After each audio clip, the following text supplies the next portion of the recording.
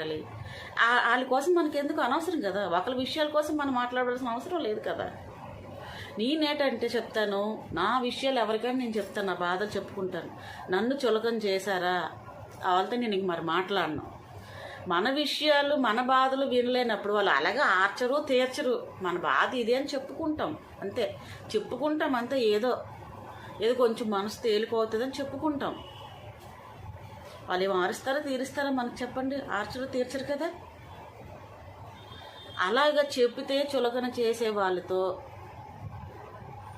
మాట్లాడడం వేస్ట్. వాళ్ళ పరిచయాలు కూడా అనవసరం. వాళ్ళకి దూరంగా ఉండడం మంచిది. మన విషయాలు చెప్పడం కూడా మంచిదే. మన విషయాలు చెప్పిన తర్వాత వాళ్ళు మనం చులకన చేస్తున్నారా లేదా, చులకన చేస్తే దూరం ఉండడం.